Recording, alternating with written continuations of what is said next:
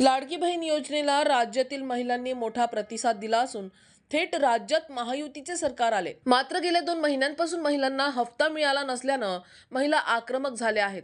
वर्धात राष्ट्रवादी शरद पवार युवती यांच्या नेतृत्वामध्ये महिलांनी थेट जिल्हाधिकारी कार्यालयावर धडक दिलेली आहे।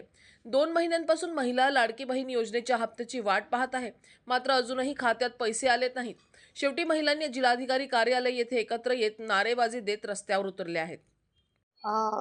आम्ही इथे पूर्ण महिला भगिनी इथे जमा झालो आहे। यांचे सरासरी प्रश्न आहेत आपल्या लाडकी बहीण योजने अंतर्गत गेल्या 3 ते 4 महिन्यापासून या महिला भगिनींना रक्कम जमा झाली नाही आहे लाडकी बहीण योजनेची। त्या निमित्ताने आम्ही इथे निवेदन देण्याकरिता आलो आहे आणि इथे जमा झालो आहे।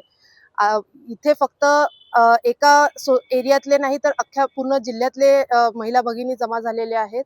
कोणी सिंधी मेघेचे आहे, कोणी अलीपूरचे आहे, कोणी पारसगावचे आहेत, तर असं कारंजा, असं अजनसरा, अशा प्रत्येक जिल्ह्यातले प्रत्येक एरियातले गावातले बाया इथे जमा झालेले आहेत। आणि त्यांचा एकच प्रश्न आहे की गेल्या 3-4 महिन्यापासून इथे त्यांच्या याच्या खात्यामध्ये रक्कम जमा झाली नाहीये लाडक्या बहिणी योजनेची।